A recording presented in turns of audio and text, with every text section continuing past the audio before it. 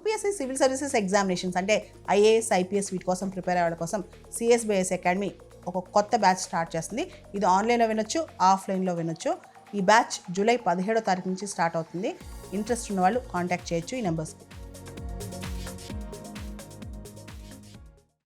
భారత రాష్ట్రపతి రాజ్యసభకి నిన్న 4 నామినేట్ చేశారు.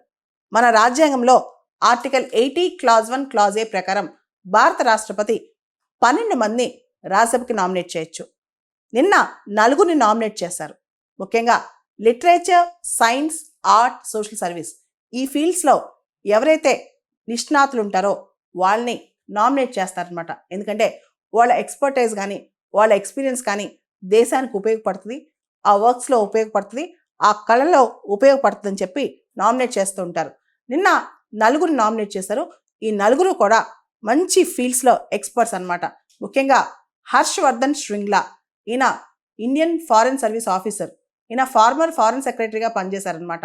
అమెరికాకి అంబాసిడర్గా బంగ్లాదేశ్లో, థాయిలాండ్లో ఇలా రకరకాల ప్రాంతాల్లో వర్క్ చేశారు. అండ్ 2023లో భారతదేశం G20 ప్రెసిడెన్సీ స్వీకరించినప్పుడు ఈయన చీఫ్ కోఆర్డినేటర్గా ఉన్నారనమాట. ఈయనే హర్షవర్ధన్ శ్రింగ్లా. రెండో వ్యక్తి మీనాక్షి జైన్. ఈవిడ చాలా ఫేమస్ హిస్టారియన్, అకాడమిషియన్ అనమాట. ఈవిడ చాలా బుక్స్ రాశారు. ముఖ్యంగా Indian civilisational and religious heritage మీద ఆవిడ వర్క్స్ చాలా కీలకం అనమాట. 2024లో ఆవిడ రిలీజ్ చేసిన ఒక బుక్ చాలా ఫేమస్ అయింది.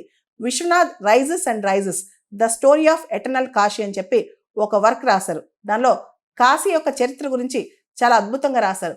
కాశీ చరిత్ర, తర్వాత అది ఎలా పునరుజ్జీవం చెందిందో ఇదంతా రాశారనమాట. దాంతోపాటు flight of deities and rebirth of temples అది కూడా చాలా famous work. The battle for Rama కూడా ఆవిడ రాసిన ఫేమస్ వర్క్ అనమాట. తర్వాత మూడో వ్యక్తి, రాజ్యసభకు నామినేట్ అయిన మూడో వ్యక్తి ఉజ్వల్ నికమ్. చాలా ఫేమస్ పబ్లిక్ ప్రాసిక్యూటర్. అంతేకాదు హై ప్రొఫైల్ క్రిమినల్ కేసెస్లో ఆయన పబ్లిక్ ప్రాసిక్యూటర్గా వ్యవహరించారు. ముంబై టెర్రర్ అటాక్స్, కసబ్ విషయంలో కూడా ఆయనే చాలా స్ట్రాంగ్ పబ్లిక్ ప్రాసిక్యూటర్ అనమాట. 26/11 అటాక్స్ ప్రూవ్ చేయడంలో ఆయనే చాలా కీలకమైన పబ్లిక్ ప్రాసిక్యూటర్ అని చెప్పొచ్చు. తర్వాత సదానందన్ మాస్టర్, ఈయన కేరళకు చెందిన senior social worker and educationist అనమాట. అండ్ మాతృభూమి కథనం ప్రకారం ఈయన పైన అటాక్ కూడా జరిగిందంటే ఎప్పట్లోనో ఆయన సర్వైవ్ అయ్యారంట కూడా. తర్వాత ఆయన భారతీయ విచార కేంద్రంలో కూడా ఐడియాలజికల్గా పనిచేశారని తెలుస్తోంది. ఈ 4 కూడా రాష్ట్రపతి ద్రౌపది ముర్ము గారు నామినేట్ చేశారు మన కాన్స్టిట్యూషన్లో ఆర్టికల్ 80 క్లాజ్ 1 క్లాజ్ ఏ కింద. అదేవిధంగా ఆర్టికల్ 80లో క్లాజ్ 3 ప్రకారం ఎవరైతే లిటరేచర్, సైన్స్, ఆర్ట్, సోషల్ సర్వీసెస్లో ఎక్స్పర్టైజ్ ఉంటారో లేదా ప్రాక్టికల్ ఎక్స్పీరియన్స్ ఉంటుందో వాళ్ళని ప్రెసిడెంట్ నామినేట్ చేస్తారు.